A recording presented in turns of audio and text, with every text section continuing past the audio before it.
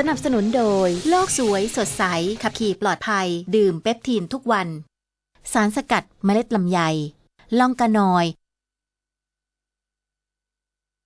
ฟอร์ดเรนเจอร์ใหม่ชนะทุกอุปสรรค32 ปีโฟพัฒนากับประสบการณ์รับสร้างบ้านโดยไม่ใช้ผู้รับเหมาช่วงโทร 02-940-3789คุณผู้ชมคะทุกวันนี้นะคะใครๆเขาก็ต่างทำการตลาดบนโลกดิจิทัลกันทั้งนั้นเลยนะคะแต่ว่าวิธีที่จะทำให้ประสบความสำเร็จเนี่ยมันช่างยากเย็นเหลือเกินนะคะเพราะฉะนั้นต้องไปฟังบทสัมภาษณ์พิเศษนี้นะคะคุณโมไนยเย็นบุตรค่ะได้มีโอกาสไปพูดคุยสัมภาษณ์พิเศษกับประธานกลุ่มเอเชียนะคะซึ่งเป็นเครือข่ายดิจิทัลเอเจนซี่รายแรกของเอเชียเลยนะคะเขามีการรวมตัวกันค่ะแล้วถือว่าเป็นบริษัทดิจิทัลเอเจนซี่ยักษ์ใหญ่ในภูมิภาคอาเซียนเลยนะคะจะมีเคล็ดลับในการทำยังไงคุณผู้ชมฟังแล้วเอาไปประยุกต์ใช้กับบริษัทของตัวเองนะคะติดตามได้จากบทสัมภาษณ์พิเศษที่คุณโมไนยเย็นบุตรไปพูดคุยมานะคะแล้วก็วันนี้ดิฉันธนวัลย์และทีมงานลากันไปเลยนะคะสวัสดีค่ะ Tell us about the new Edge Asia network. Well, Edge Asia is something that we're really excited to be able to announce today. It's a dream of mine for probably more than 20 years that I've been in Asia.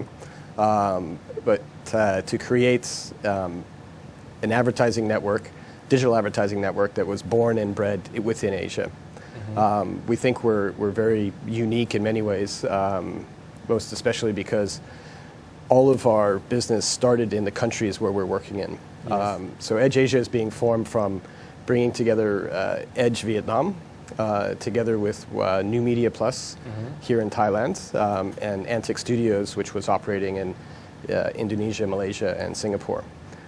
So together, going forward, we're Edge Asia, born and bred in Asia, for Asia. Why is it so important to have a network in Asia? Well, we believe, and many people believe, that this is the Asian century. More and more, we're seeing innovation comes from this part of the world. And it makes sense to us, if this is the Asian century, to have a network that is born in Asia and part of Asia. I can give you one good example. I met a venture capitalist from the United States a few months ago. Yes. He had done all of his investment, had always been in Silicon Valley, in Europe, in certain places, looking at the tech industry. He was keen to invest in this part of the world, Southeast Asia in particular, because the mobile industry is innovating faster here than it is in the United States. It has to do with a lot to do with the data plans. In the U.S., it's very complicated and expensive to have a data plan, so people are judicious about how much they use mobile phones. In this part of the world, we have two things, much easier access to data, and a whole generation who is coming online for the first time only through mobile devices. They've skipped the stage of using PCs, of using laptops, and right away they're accessing the internet, accessing the digital age through a mobile device. And they're finding all kinds of new ways to do that.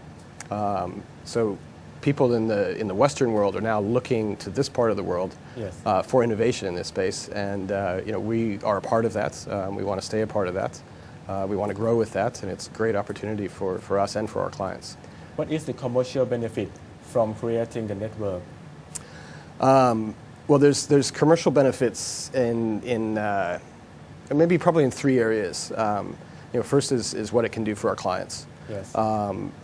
Secondly is what it can do for our staff, for our people now and in the future. And thirdly is what it can do for us internally as an organization. From the commercial benefits from the client point of view are really astounding. They are seeing, again, how we can perform in one market with good success in particular areas and bring that to another market. Great example I can give you is HSBC. Big client for us in Malaysia, also a big client for us in Vietnam. But we're doing two very different things for them in those markets. We have been historically. In Malaysia, we have extremely good user experience capabilities. We've redesigned their websites. We've provided tablet and phone-based tools for HSBC customers to find where there are deals on their credit cards. Yes. In Vietnam, we work with them on finding new customers. So a very different part of it. The bank any bank has to find new customers, has the right product for them. But once they have customers, they need to engage them, show them how it can be used, what can be used, and that's better for the bank in the long run. Yes. So now we're able to do both of those things and show HSBC the success in Malaysia, bring that to Vietnam, show the success in Vietnam and bring that to Malaysia. Let's focus to Thailand. How big is the digital media market in Thailand? Right now, the digital media market is about 3 billion bahts in Thailand. Yes. But it's really very, very small. That is less than 3% of the total advertising industry here. Yes. And to put that into perspective,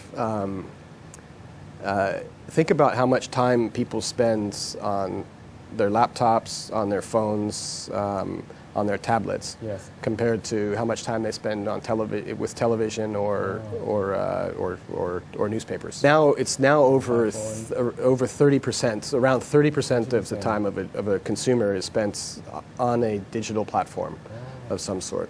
Yes. But only 3% of the advertising budgets are spent there.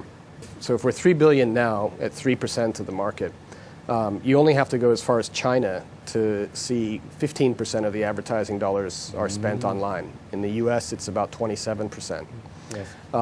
So if you imagine to go from 3% to even just 10% is going to be a $10 billion bahts market, and that can happen in the space of a couple of years.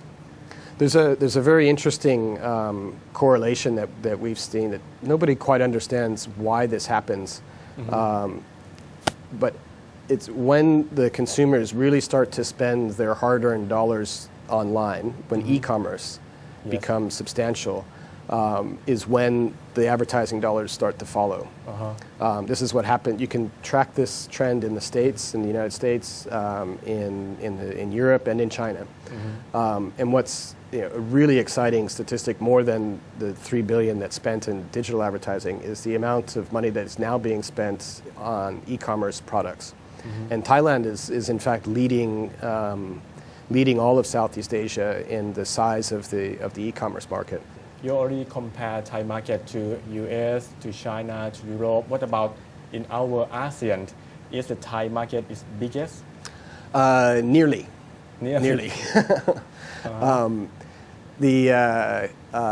Indonesia is slightly bigger. The last estimates I looked at were about 120 million US dollars, so 3.3 billion baht.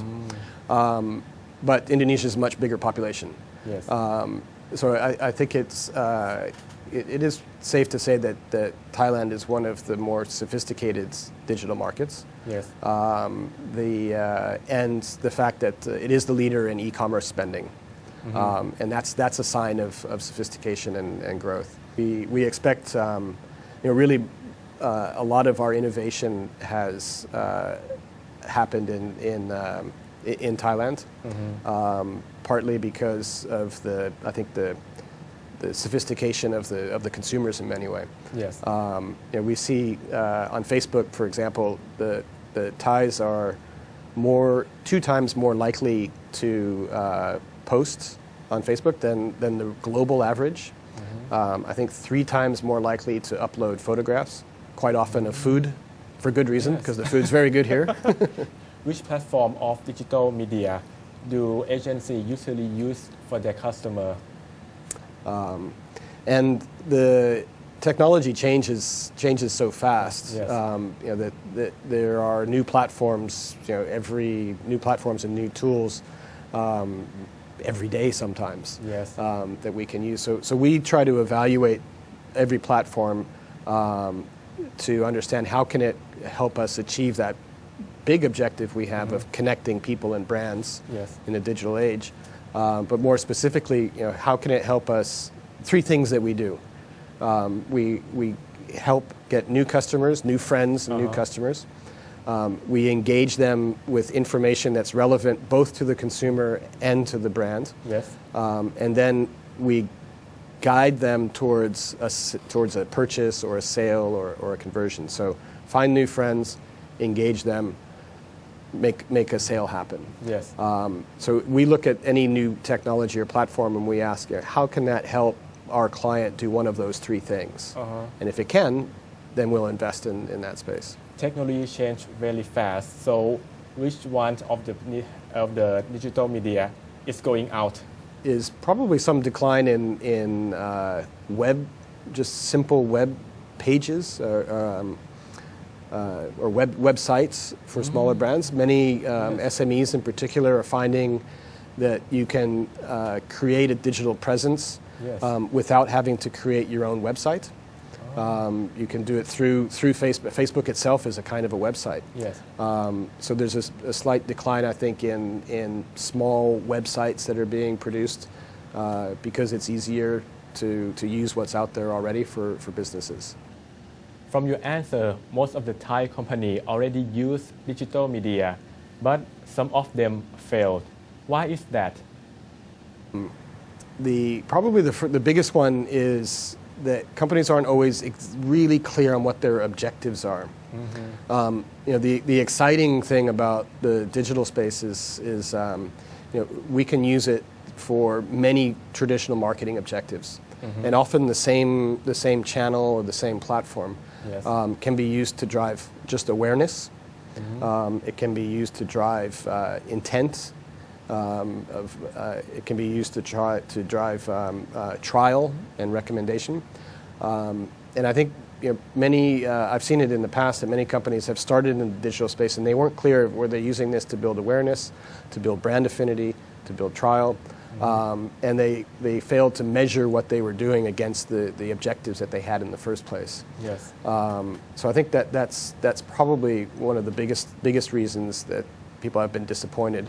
Having said that, I don't know too many people or brands who have failed once and given up. The failures usually result in a resolve to find a better way to do that. Lastly, for Thai SME who haven't used digital media and would like to use it, what will you suggest to them? I would suggest, first of all, be clear on what your objectives are. Yes. Are you trying to find new customers? Are you trying to tell people about something new that didn't exist before? Are you trying to get existing customers to buy more of your product? So be very, very clear about what it is that you're trying, what your priorities are and what your objectives are. And then look for the channels, the tools, and the agencies that can help you to do that. And the last thing I would say is call us. Call Edge Asia. Yeah, call an agency. Thank you so much, Mr. Patrick, for your time. It's a real pleasure. Thank you. Okay.